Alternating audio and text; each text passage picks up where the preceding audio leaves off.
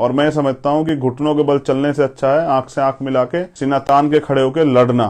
कि वोट का अगर आपने सही चयन किया तो आपकी सरकार बनेगी, आपका जनप्रतिनिधि जिसको आप चाहते हैं जीत के जाएगा। बहुजन समाज के लोगों को आने वाले समय में करना चाहिए, तभी आप जो है राजनीतिक शक्ति हासिल कर पाएंगे।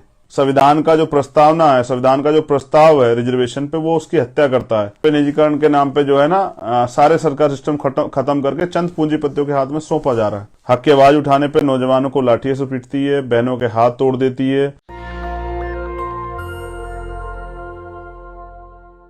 साथियों, ये लाइव जो है, क्योंकि पहले से मेरे पास यही साधन रहा जिसके जरिए मैं आप लोगों से कनेक्ट होता हूं, और मैं समझता हूं कि सोशल मीडिया एक वरदान है, एक अवसर है जिससे वंचित वर्ग के लोगों को एक बड़ा फायदा जो है हुआ है। उसका सबसे महत्वपूर्ण रीजन ये है कि पहले जिस बात के लिए है, जिन घटनाओं को छिपा दिया जाता था, जिन घटनाओं पे पर्दा डाल दिया जाता था, मेन स्ट्रीम मीडिया नहीं दिखाती थी, आज बहुजन मीडिया के जरिए, यूट्यूब के जरिए, फेसबुक के जरिए, इंस्टाग्राम के जरिए वो सारी चीजें एक सेकंड में, एक मिनट में पूरे देश दुनिया तक चली जाती है। आज मैं यहां बैठा हूं और लाइव कर रहा हूं तो दुनिया में बैठे लोग मुझे आसानी से देख सकते हैं। तो यानी कि विज्ञान ने हमें बहुत कुछ दिया है। मैं कुछ अपील भी करूंगा। देखिए, मेरे पास आपको अपनी बात पहुंचाने का मेन स्ट्रीम मीडिया पे या जिस भी टीवी चैनल पे मैं बैठता हूं तो वो एक बहुत कम समय होता है। उस समय में मुझे उनके सवाल का जवाब भी देने होते हैं और आपसे बात भी करनी होती है, आप तक भी अपनी बात पहुंचानी होती है।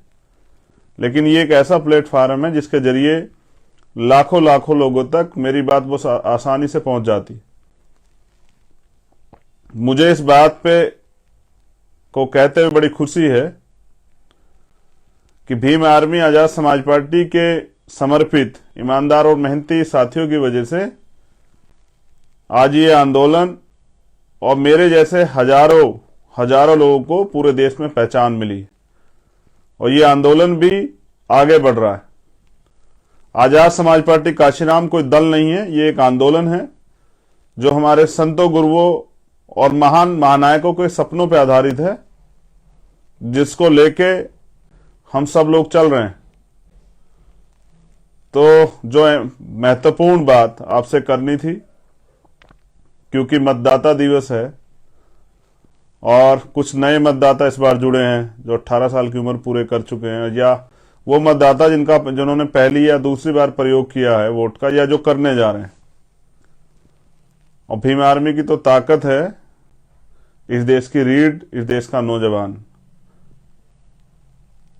मैं भीम आर्मी में जुड़ी बहनों का भी बहुत उनको भी साधुवाद पेश करता हूं कि वो भी अपनी मेहनत और जो संघर्ष है उसको लगातार करती रहती हैं। मैं सोशल मीडिया के जरिए उनको देखता रहता हूं। ऐसी सभी बहनों को भी मैं धन्यवाद प्रेषित करता हूं।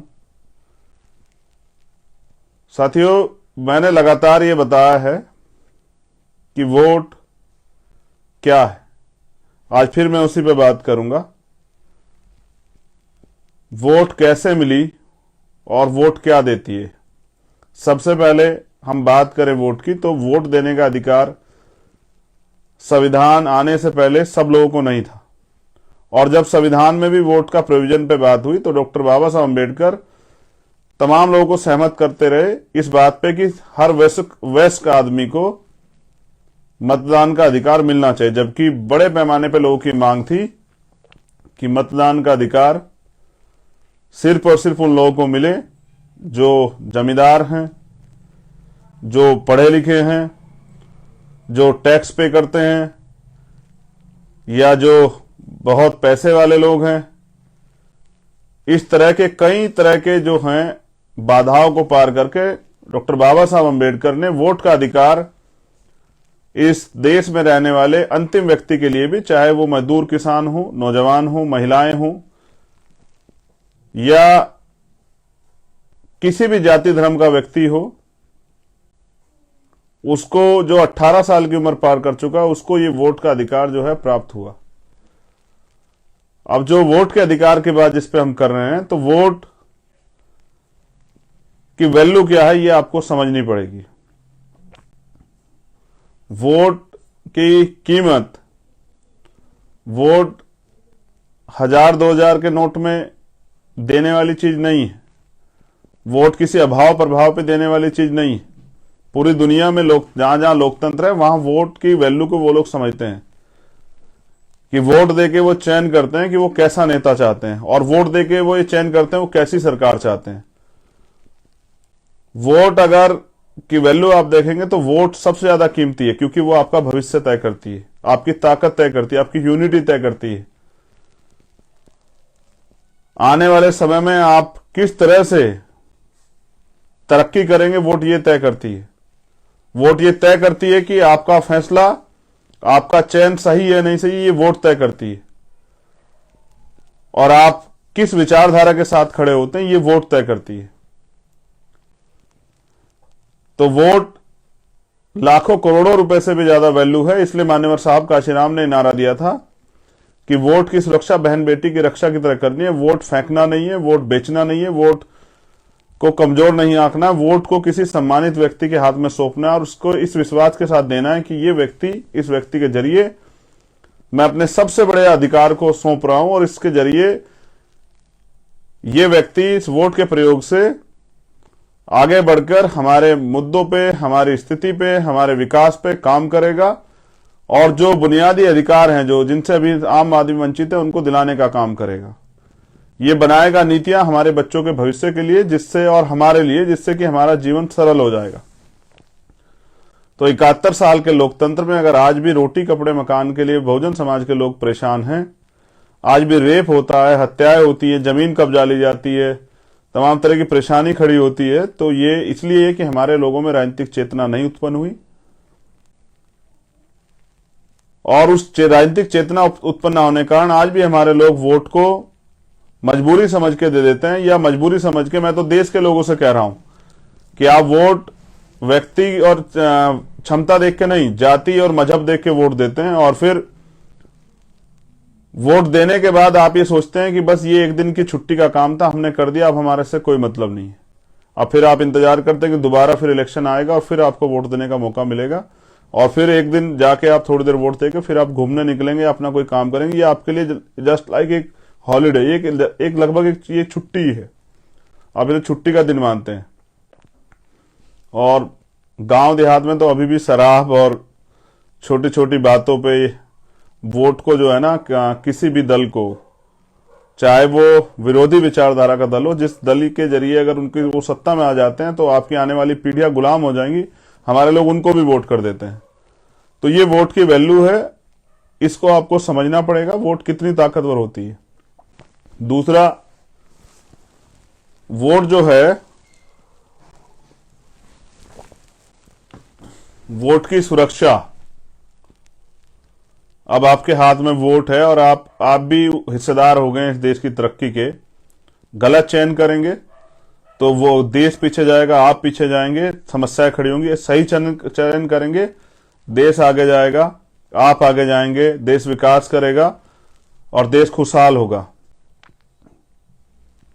तो वोट की सुरक्षा, अब वोट की सुरक्षा, जिन लोगों के पास वोट है उनको अपने मत की सुरक्षा करनी पड़ेगी। तो इसलिए ही मैंने पहला नारा जो बताया था कि कैसे करनी है वोट की सुरक्षा। तो वोट सिर्फ देने से सरकार नहीं बनती है, वोट को दिलवाना पड़ता है, वोट को तैयार करना पड़ता है, गांव गांव जाके लोगों को समझाना पड़ता है, और जो आपकी पार्टी का, आपके संगठन का मैनिफेस्टो है, जो आप करने वाले हैं आपको अवसर मिलने पे, वो आपको बताना पड़ता है।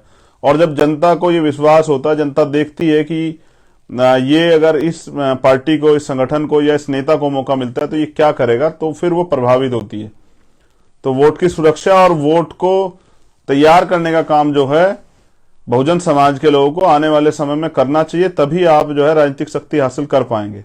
तीसरी, वोट से निर्माण, कि वोट से क्या निर्माण होता है। तो मैं पहले ही बता चुका एक लाइन से कि वोट का अगर आपने सही चयन किया तो आपकी सरकार बनेगी, आपका जनप्रतिनिधि जिसको आप चाहते हैं जीत के जाएगा, आपके क्षेत्र में विकास होगा, आपको रोजगार मिलेगा, महंगाई से मुक्ति मिलेगी, तमाम तरह की जो बुनियादी अधिकार है वो मिलेंगे, और तमाम तरह के जो संविधान में प्रोविजन है, संवैधानिक अधिकार है वो मिलेंगे। तो जो तमाम तरह की समस्याएं, जिन जैसे डॉक्टर अम्बेडकर कहते हैं पॉलिटिक्स इज द मास्टर की, सत्ता वो सुनहरी चाबी है जो आपके सारे परेशानियों के रास्ते खोल सकती है। तो वोट से निर्माण होता है शक्ति का, और शक्ति से होता है परिवर्तन। अगर आप तमाम तरह की परेशानियों से, चाहे वो जातिवाद हो, चाहे वो किसी भी तरह का डिस्क्रिमिनेशन हो, भेदभाव हो, किसी भी तरह का जो है वो एट्रोसिटी हो, किसी भी तरह की और कोई समस्या हो, तो वो सब चीजें अगर आप अच्छी व्यक्ति को वोट देते हैं तो वो सब चीजें बदलाव हो सकता है। उस बदलाव के जरिए एक नया परिवर्तन, एक नई सोच, और एक आज की भ्रष्ट राजनीति में, पैसे की राजनीति में बहुत सारे परिवर्तन होने की संभावनाएं प्रबल हैं।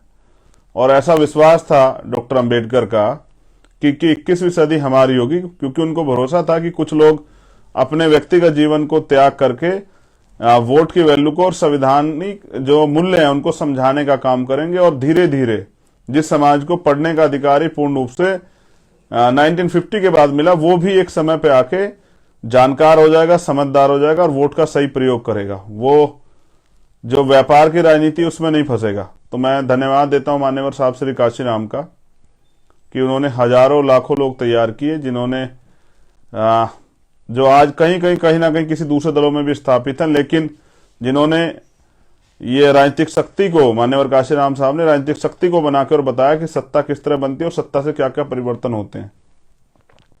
तो चौथा और अंतिम है वोट के परिणाम।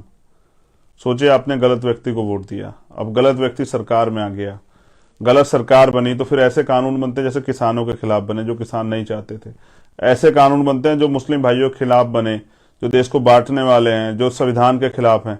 ऐसे कानून बनते हैं जैसे आर्थिक आधार पर आरक्षण का कानून बना, जो कॉन्स्टिट्यूशनल जो वैल्यू है, संवैधानिक मूल्य है, संवैधानिक जो संविधान का जो प्रस्तावना है, संविधान का जो प्रस्ताव है रिजर्वेशन पे, वो उसकी हत्या करता है। इस तरह के तमाम तरह से, जैसे लेटरल एंट्री होती है, जिस तरह से आज भी सफाई कर्मचारियों को मजबूरी में ये सब काम करने पड़ते हैं, संविदा और सब चीजें करके सरकारी नौकरी खत्म किया जा रहा है। और जैसे निजीकरण के नाम पे जो है ना, सारे सरकार सिस्टम खत्म करके चंद पूंजीपतियों के हाथ में सौंपा जा रहा है। फिर ऐसी सरकारें बनती जो तानाशाही करती हैं, जो हक की आवाज उठाने पे नौजवानों को लाठियों से पीटती है, बहनों के हाथ तोड़ देती है, जिनके राज में हत्याएं होती हैं, रेप होते हैं, तमाम तरह की परेशानी खड़ी होती है। जब जो आप कोई भर्ती आती है तो उसका पेपर लीक हो जाता है, फिर घोटाले होते हैं। और जैसा मैंने कहा कि पहले और अब के जीवन में, पिछले भारतीय जनता पार्टी की सरकार है, उसमें आप देखिए 7 साल में देश में और 4.5 पौने 5 साल में उत्तर प्रदेश में हमने क्या क्या नहीं खोया। तो मेरा आपको बताने का फर्ज है, एज ए भाई, एज ए दोस्त, एज ए लीडर, कि एक गलत चयन आपको कहां ले जाएगा। इसलिए मैं आपसे उम्मीद करता हूं कि परिणाम आपके पक्ष में आए, परिणाम अच्छे हों। इसलिए मैं आपसे अपील करता हूं कि भाई वोट का चयन गलत नहीं करना है। अब 2-4 बुनियादी बातें, जो जरूरी बातें जो आपको समझानी है। पहली बात, आजाद समाज पार्टी के ईमानदार, समर्पित और वो मेहनती नौजवान जो भीम आर्मी के माध्यम से 5 साल सड़कों पे काम किए, जेल गए, मुकदमे झेले, तमाम तरह की परेशानी झेली, आंदोलन किए, न्याय दिलाने का काम किया, सारी मुसीबतों में आपके साथ खड़े रहे। आपको चयन करना है। वो गरीब जरूर है लेकिन धोखेबाज नहीं है। एक तरफ वो लोग हैं जो पैसे पे टिकट लाए या पैसे पे आधार राजनीति कर रहे हैं, जो 2-4 करोड़ रुपए खर्च करेंगे। एक तरफ हमारे प्रत्याशी, जिनमें मैं खुद भी हूं गोरखपुर से, जो मेहनत करेंगे, अपनी बात को जाकर समझाएंगे, और जो एक वोट एक नोट, यानी कि उसी जनता से जिसका काम करना है, जिसके लिए खड़ा होना है, उनसे ही वोट के साथ नोट की अपील भी करेंगे। सैकड़ों की संख्या में भीम आर्मी से तैयार हुए नेता इस बार आजाद समाज पार्टी के बैनर से उत्तर प्रदेश में चुनाव लड़ रहे हैं, उत्तराखंड में चुनाव लड़ रहे हैं और पंजाब में चुनाव लड़ रहे हैं। उनकी हालत बहुत अच्छी नहीं, लेकिन उनके हौसले बहुत मजबूत हैं। वो आंदोलन विचारधारा से जुड़े लोग हैं, उन्होंने घुटने नहीं टेके हैं। और मैं समझता हूं कि घुटनों के बल चलने से अच्छा है आंख से आंख मिला के, सीना तान के खड़े होकर लड़ना। हमने हारना नहीं सीखा, क्योंकि मान्यवर काशीराम साहब कहते हैं, तमन्ना अगर सच्ची हो तो रास्ते 1000 होते हैं, तमन्ना अगर झूठी हो तो बहाने 1000 होते हैं। मैं बिल्कुल साफ तौर पे कहता हूं, आज 52% ओबीसी वर्ग के लोग हैं और जो मंडल कमीशन की रिपोर्ट थी उसके 1 या 2 चीजें लागू हुई, उसके बाद उसमें और जो तमाम तरह की जो प्रोविजन थे वो लागू नहीं हुए। तो बीपी मंडल साहब के योगदान को नहीं भुलाया जा सकता है। बहुत सारे ऐसे महानायक महापुरुष हुए हैं, जैसे बाबू जगजीवन राम जी को नहीं भुलाया जा सकता है, बीपी मौर्य जी को नहीं भुलाया जा सकता है। अंत मैं कहता हूं कि हर व्यक्ति ने प्रयास किया, एक बड़ा प्रयास, एक सुनहरा प्रयास, परिवर्तन का प्रयास। तो मैंने जो आपको बात बताई कि पैसे वाले एक तरफ, ये एक हाथ पे पैसे वाले और एक तरफ, एक हाथ पे दूसरी तरफ चयन करने के लिए भीम आर्मी आजाद समाज पार्टी के सामाजिक परिवर्तन मोर्चा के ईमानदार और समर्पित गरीब वर्कर जो चुनाव के मैदान में, चयन आपको करना है। आपने इस बार गलती की तो आफ्टर इलेक्शन के बाद रिजल्ट कुछ भी हो, ये नेता आपको ढूंढे नहीं मिलेंगे। इनको तो आपने पहले भी वोट दिया, आप जानते हैं। इनका एकमात्र चरित्र है कि इनको सिर्फ राजनीति करनी है, और ये चुनाव के बीच ही, आपके चुनाव जब आता है तभी आपके बीच आते हैं। इनको टिकट नहीं मिलेगा तो दूसरी पार्टियों में चले जाएंगे। हमारे यहां से भी कुछ लोग गए जो विधायक ही बनना चाहते थे बेचारे। धीरे धीरे हम लोग भी सीख रहे हैं। हमने प्रयास किया कि इसी आंदोलन से निकले हुए लोगों को नेता बनाया जाए, उन्हीं के सहारे जो लड़ रहे हैं उन्हीं को आगे बढ़ाया जाए, वरना आजाद समाज पार्टी और दलों में फर्क क्या बचेगा। हम 85% बहुजन समाज के लोगों को में यूनिटी बना के उनको तैयार करने का काम कर रहे हैं। और एक सीख से, एक छल से हमें यह महसूस हुआ कि हमें अपने पैरों पे खड़ा होना पड़ेगा। बैसाखियों के सारे हम लोग आगे नहीं बढ़ सकते और कोई हमें मौका नहीं देगा। सारे कीले ठोकेंगे, सारे लाइन लगा के मुसीबतें खड़े करेंगे, एक से एक साजिशें होगी, उन सबको पार पाना है, उन सब से आगे निकलना है। लेकिन वो जो लाखों माताएं बहनें विश्वास करती हैं, और वो मैंने देखा कि जब मैं परेशान हुआ, दुखी था, तो बहुत सारी माओं का, बहनों का मैसेज और फोन आया मेरे पास। उन्होंने कहा कि तू हमारा बेटा है, हौसला नहीं वो करना। तो मैंने कहा बस वो मैं अपनी ईमानदारी की वजह से थोड़ा सा परेशान था, ऐसा नहीं है कि मैं कमजोर हो गया हूं। तो मैं उन माओ बहनों का भी धन्यवाद करता हूं, लेकिन मैं अपने नौजवान साथियों से भी कह रहा हूं, एक एक वोट मुझे शक्ति देगी, एक एक वोट मुझे ताकतवर बनाएगी, एक एक वोट इस धन तंत्र की राजनीति में चंद्रशेखर को, भीम आर्मी को, आजाद समाज पार्टी को खड़ा होने की जो है ताकत देगी। वो तमाम तरह से अपने अधिकारों के लिए लड़ने की ताकत देगी। आपने इतने एमपी एमएलए बनाए, कौन आपके साथ खड़ा होता है? कल अगर हालात खराब ही रहे, आपने गलत चयन किया, गलत लोग बन के गए, हमारे लोगों को कम अवसर मिला, फिर आप मुझसे कहेंगे जहां का अन्याय अत्याचार होगा, आप मुझसे कहेंगे कि भाई आ जाओ मदद कर दो। क्या करेगा चंद्रशेखर? वो क्या कर सकता है? उसके पास है क्या? अपने लोगों के मरने के बाद उनकी लाशों को गोद में उठा के न्याय दिलाने के लिए, लड़ने के लिए उसके पास है क्या? इसलिए मैं आपसे कह रहा हूं कि मैं राजनीतिक शक्ति चाहता हूं परिवर्तन के लिए। अगर आप चाहते हैं कि मैं बहुत कुछ अच्छा करूं तो आपको मुझे अवसर देना पड़ेगा, जैसे आपने औरों को दिया। और अगर आप मुझे अवसर नहीं देते हैं तो मैं फिर 5 साल और सड़कों पे खड़ा होने के, आपकी लड़ाई लड़ने के लिए तैयार। मुझे तो यही काम आता है। मैं तो सत्ता सुख के लिए नहीं हूं। मैं तो मंत्री और विधायक बनने की लड़ाई नहीं लड़ रहा हूं। मैं तो आपको, हमारे जो आने वाली पीढ़ी, उसको लड़ना सिखा रहा हूं। और हम इसलिए लड़ रहे हैं कि आने वाली पीढ़ी इस देश में गुलाम ना बन जाए, क्योंकि जब तक लड़ने वाले लोग रहेंगे तब तक ये जो बांटने वाले लोग हैं ये कामयाब नहीं हो पाएंगे। मैं तो बस आपको बता रहा हूं कि जब जब इस देश में हमारे आने के बाद, इस आंदोलन में जब जब प्रयास हुआ बांटने का, हमने जाके बीच में खड़े होकर उसको रोक दिया। हम लोग लड़े। 5 साल में 2 साल से ज्यादा हमने जेल काटी, मुकदमे झेले, लाठियां खाई, ना धूप देखी, ना बारिश देखी, ना रात देखी, ना दिन देखा, ना कोई और चीज। ना जेल से डरे, ना मुकदमों से डरे, ना हथकड़ी से डरे, किसी चीज से नहीं डरे। डरते हैं तो अभी आप लोग तैयार नहीं हुए, इस बात से डरते हैं।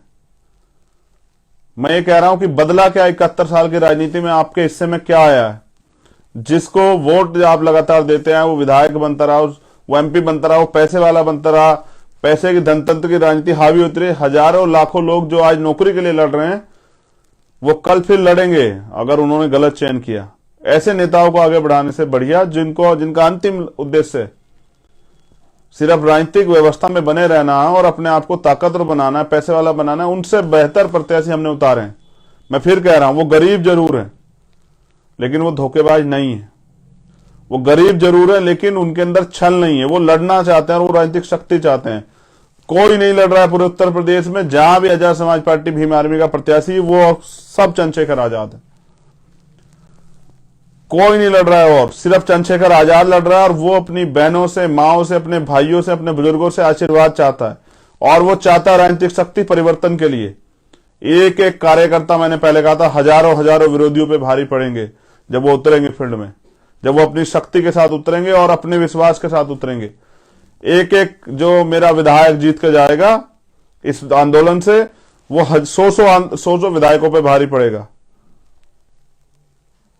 ये पैसे वाले लोग, ये बड़े बड़े गाड़ी बंगले वाले लोग आपके बीच आएंगे, अभी आपके पैर छुएंगे, आपको दादी, चाची, बुआ, बहन, माँ, बहन और पता नहीं क्या करेंगे, आपके पैर पकड़ेंगे, आपको चाचा, ताऊ, फूफा, भाई, दोस्त, छोटे भाई, पता नहीं क्या क्या बताएंगे। लेकिन आप चुनाव के बाद आप इनको ढूंढो से भी ढूंढने, लैंटर्न लेके भी, दीवा लेके ढूंढोगे तो आपको मिलेंगे नहीं। इनके घर के दरवाजे आपके लिए बंद हो जाएंगे, क्योंकि आप इनके लिए मात्र एक वोटर हैं, और मेरे लिए आप मेरा परिवार हैं। इस प्रदेश की तरक्की के लिए जितना कुछ हम लोग कर सकते थे, हम लोग कर रहे हैं। मेरे सभी प्रत्याशी सक्षम नहीं है, कुछ प्रत्याशी ऐसे भी जिन पे जो हेलीकॉप्टर की व्यवस्था भी कर सकते, कुछ प्रत्याशी ऐसे हैं जो मेरे लिए गाड़ी की व्यवस्था भी नहीं कर सकते हैं, कुछ प्रत्याशी ऐसे हैं जो अपने दम पे मजबूती से चुनाव लड़ सकते हैं, दूसरे साथी की मदद कर सकते हैं, कुछ प्रत्याशी ऐसे हैं जो बेचारे चंदा मांग मांग के लड़ेंगे। लेकिन मैं उनके हौसलों को सलाम करता हूं कि उन्होंने कमजोर नहीं पड़ने दिया। 10 दिन में फिर से वो अपने पैरों पर खड़े और उन्होंने विश्वास दिलाया। तो एक एक वोट आपके भाई को शक्ति देगा। घर से निकलना भी है और वोट भी करना है। एक अंतिम बात आपसे कहनी है, हम बहुजन आंदोलन में जन्मे लोग, जिन्होंने अपने महापुरुषों की बात को, उनके जीवन को आदर्श समझ के उनके सिद्धांतों पर चलने की बात की है, और जो चल रहे हैं, मैं आपसे अपील करता हूं भीम आर्मी आजाद समाज पर सभी कार्यकर्ताओं से, किसी का विरोध करने में, किसी को अपशब्द कहने में, और ये जो लोग आपको जानबूझ के कहते हैं कि आपका समय खराब हो, जो लोग चाहते हैं कि वो आप लोग उनमें ही उनके साथ ही जो है उलझते रहो, जो जानबूझ के आपको अपशब्द कहते हैं, ऐसे सभी किसी साथियों से मत उलझो। हम अपने संतों गुरुओं को मानने वाले लोग, हमें हमारे महापुरुष ने किसी का अपमान करना नहीं सिखाया। मैं आपसे भी अपील करता हूं, कई बार मैं देखता हूं कि आप किसी ना किसी से उलझ रहे होते हैं। उनको जितनी गाली देनी हमें दें, उनको जो कुछ हमें कहना है कहें, वो जो कुछ भी हमारे खिलाफ षड्यंत्र कर सकते हैं वो करें, लेकिन हम अपने जो हमारा आंदोलन है, जो हमारा रास्ता, हम उस पर चलते रहेंगे। मैं कह रहा हूं कठिन जरूर है, लेकिन नामुमकिन नहीं है। मान लो तो हार और ठान लो तो जीत। हम तो निकले हैं घर से, हमारा पहला चुनाव है, हमने करके दिखाया कि आज देश का मीडिया जो है वो हमें सुनता है, हमारी बात को तवज्जो देता है। ये ताकत है भीम आर्मी आजाद समाज पार्टी की। मेरी आपसे अपील है, मैं हाथ जोड़ के अपील कर रहा हूं, मैं नहीं जोड़ता हूं किसी के आगे हाथ, लेकिन आपके आगे जोड़ रहा हूं, क्योंकि मैं जो कुछ हूं वो आपकी मेहनत की वजह से हूं। मैं नहीं चाहता आप किसी पे टिप्पणी करें, किसी बहन पे, भाई पे, उनको जो कहना है कहें, लेकिन मैं तो उनसे भी कहना चाहता हूं, कल जब ये आंदोलन आगे बढ़ेगा और जहां जिस धोखे में आप हैं उस धोखे से आप बाहर निकलोगे, तो फिर आप क्या करोगे? फिर किस मुंह से जो है आंखें मिला पाओगे इन लोगों से जो लोग काम कर रहे हैं? हमें सीख लें, जब दूसरे लोगों, इतने दल उनके चल रहे हैं, बड़ी बड़ी पार्टियां चल रही है, उनकी सरकारें बनती हैं, वो लोग आपस में नहीं लड़ते, वो लोग अपने हितों की रक्षा के लिए लड़ते हैं, और वो अपने हितों की रक्षा पे किसी की सरकार को काम कराते हैं। वो एकजुट रहते हैं, उनका अंतिम उद्देश्य अपने लोगों के, उनके अधिकारों की रक्षा होती है। और हमारे लोग सिर्फ और सिर्फ क्योंकि चंद्रशेखर आजाद किसी अमीर बाप का बेटा नहीं है। भीम आर्मी के जो अध्यक्ष हैं, भीम आर्मी के जो महासचिव हैं, उपाध्यक्ष हैं, भीम आर्मी की जो पूरी कोर कमेटी है, वो बहुत ताकतवर लोगों के, जो मतलब पैसे से ताकतवर या पॉलिटिकल ताकतवर लोगों की टीम नहीं, इसलिए सब चीजें कर रहे हो। तो मैं कह रहा हूं आप भी अपना काम जो है ना, आप अपने काम पे ध्यान दो। हमारी बुराई करने से क्या होने वाला है? और अगर हमारी बुराई करने से आपका काम आगे बढ़ रहा, तो मैं तो आपको कहूंगा खूब करो, खूब बुराई करो। मैं कोई पहला व्यक्ति थोड़ा ही हूं जिसके साथ ये होता है। मैं तो अपने साथियों से, कार्यकर्ताओं से, अपने नेताओं से अपील कर रहा हूं, आप मत उलझो इनमें। आपका काम है, आपकी लड़ाई आरएसएस और भाजपा से है, अपने लोगों से नहीं। आपकी लड़ाई इस देश में समता, समानता, बंधुत्व, भाईचारे पर आधारित उस व्यवस्था को लागू करने के लिए, उसके लिए आपको राजनीतिक शक्ति चाहिए। तो वो राजनीतिक शक्ति इनसे उलझने से नहीं मिलेगी। ये तो हमारे लोग हैं, गुमराह लोग हैं। कल जब इस आंदोलन की ताकत को, हिम्मत को देखेंगे और हमें काम कर देखेंगे तो आपके साथ खड़े हो जाएंगे। इसलिए इन पे समय खराब नहीं करना है, अपने काम पे ध्यान देना और मजबूती से आगे बढ़ना है। ये चुनाव नहीं, ये लड़ाई है आत्मसम्मान स्वाभिमान की, और ये लड़ाई है युवाओं की, जिनको साबित करके दिखाना है कि उनमें क्षमता है। काबिलियत महलों की मोहताज नहीं होती है। इसलिए मैं समझता हूं कि एक गरीब का बेटा भी, जिसके अंदर दृढ़ संकल्प है, वो भी आगे बढ़ सकता है। इसलिए मैं अपने हर एक कार्यकर्ता से कहूंगा, अपने भाई से कहूंगा, इस आंदोलन की नींव से कहूंगा कि वो निकले और आने वाले 1-1.5 महीने का जो समय, इसमें जितनी क्षमता उसके अंदर हो उससे ज्यादा काम करके आजाद समाज पार्टी के प्रत्याशियों को जिताने का काम करें। ठहरे जरूर हैं, रुके नहीं हैं। जरूर कुछ समय के लिए धोखा खाए थे, लेकिन फिर अपने पैरों पे खड़े हुए। और मेरा विश्वास है कभी आपने मुझे हारने नहीं दिया। कोई आंदोलन हो, कुछ भी हो, हमेशा आपने मेरे स्वाभिमान सम्मान की रक्षा की और मुझे ताकत दी। फिर एक बार आपके बीच इस उम्मीद के साथ, अब इलेक्शन शुरू हो रहा, मैं जगह जगह दौरे करूंगा, डोर टू डोर कैंपेन करूंगा, प्रयास करूंगा जहां जहां मजबूती से हमारे लोग लड़ रहे हैं वहां जाऊं। समय कम रहेगा, नाराज मत होइएगा, लेकिन मैं आपसे भी कह रहा हूं, खुद चंद्रशेखर बनिए सर, निकलिए घर से बाहर। मैनिफेस्टो मैंने आपको दिया है, एक एक चीज को जाके गांव गांव में बहनों भाइयों के बीच में बैठ के, माओ के बीच में बैठ के उन्हें समझाने का काम कीजिए। एक तरफ ताकतवर पार्टियों के ताकतवर नेता और एक तरफ हमारे समर्पित ईमानदार छोटे भाई, हमारे परिवार के हिस्से, हमारे बड़े भाई, हमारी बहनें चुनाव लड़ रही हैं। और मेरी अपील है आप सब लोगों से, आपको खुद चयन करना है कि आपको कैसा नेता चाहिए। वो नेता जो आपको सड़कों पे लाठी खाते हुए, मरते हुए, आपके घर जलते हुए, आपके साथ जुल्म जाति अन्याय होते हुए, बहनों का अपमान होते हुए चैन से पढ़ के देखता है, या वो नेता, उसको आपको ताकत देनी है जो आपके हर दुख सुख में खड़ा है, जो एक युवा है, बेरोजगारी का दर्द समझता है, जो लाखों बहनों का भाई है, जो बहनों के स्वाभिमान सम्मान के लिए लड़ना जानता है, जो माओं के अधिकारों के, उनके सपनों की रक्षा करना चाहता है, उनको भी बेहतर जीवन देना चाहता है, जो बुजुर्गों की पगड़ी का, उनकी परेशानियों का हल निकालना चाहता है, जो चाहता है सामाजिक न्याय के सिद्धांत लागू हो। बहुत परेशानियां हैं, जातिगत जनगणना होनी चाहिए, जातिवार जनगणना होनी चाहिए, जो संविधान का मूल प्रस्तावना है, जो उसके भाव हैं, उन पे काम होना चाहिए। इस देश में गैर बराबरी पे आधारित जाति की व्यवस्था खत्म होनी चाहिए, भाईचारा बनना चाहिए और अच्छे और काम करने वाले लोगों को मौका मिलना चाहिए। जब मैं आलोचना से नहीं डरता तो हमारे भाई क्यों डरते हैं, हमारे कार्यकर्ता क्यों डरते हैं?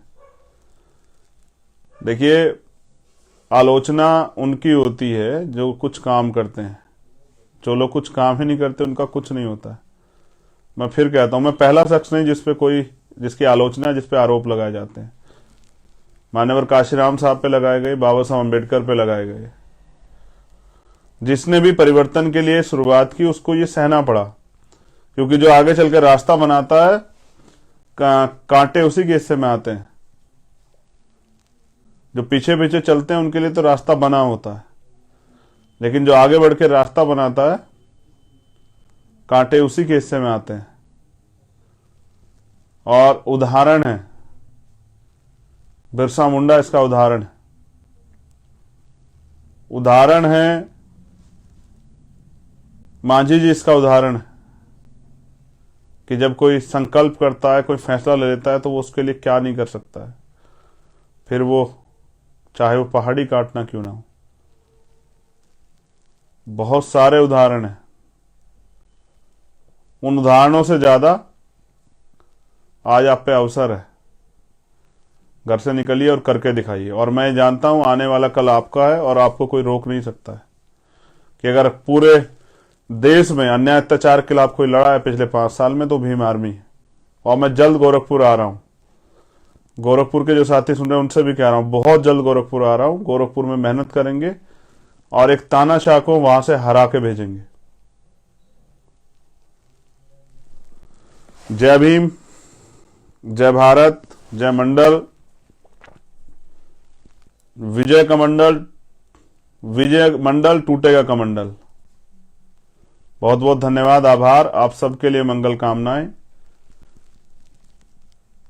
और मैं तो कैप लगा लेता, मेरी कैप है मेरे पास, लेकिन मैं आपसे कह रहा हूं सर्दी है, कैप वैप लगा के रखिए और सुरक्षित रहिए। बहुत ध्यान से मास्क वास्क का प्रयोग कीजिए। बहुत बहुत धन्यवाद। जय भीम, आभार। एक आवश्यक सूचना, जो साथी आना चाहते हैं चुनाव में, वो अपनी लिस्ट बना के दूसरे प्रदेशों के, वो मुझे या माननीय राष्ट्रीय अध्यक्ष जी को या और किसी सीनियर नेता को हमारे सौंप दें। फिर हम उनको देखते हैं उनकी ड्यूटी कहां कहां लगानी। जो भी सीखने के लिए आना चाहते हैं पूरे देश से, वो सब अपने अपने प्रदेश अध्यक्ष को सूचना दें और वहां उन प्रदेश अध्यक्ष द्वारा भीम आर्मी के राष्ट्रीय अध्यक्ष जी या हमारी सीनियर लीडरशिप को किसी को भेज दें या मुझे भेज दें व्हाट्सएप पे। फिर उन सब लोगों को हम लोग प्रयास करेंगे कैसे कैसे उनकी ड्यूटियां लगा के उनको अवसर दें सीखने का, क्योंकि फिर कल उनके यहां भी चुनाव आएंगे। गोरखपुर में तो घेराबंदी करनी, बाबा जी को तो वापस भेजना है मठ में।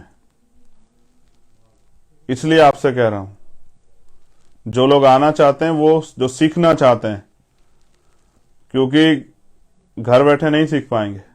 फिर आपके यहां चुनाव आएगा तो आप ऐसे ही हो जाओगे, सीख नहीं पाओगे। सीखने के लिए जो लोग आना चाहते हैं वो अपने प्रदेश अध्यक्ष जी को सूचना दें और उस सूचना के साथ वो सूचना जैसे यहां प्रेषित हो जाए तो फिर वो आए और प्रयास करेंगे कि माननीय काशीराम साहब के अधूरे सपने को और बाबा साहब अम्बेडकर के अधूरे सपने को पूरा करेंगे, मंडल साहब के अधूरे सपने को पूरा करेंगे। जय भीम, जय भारत, जय बहुजन समाज।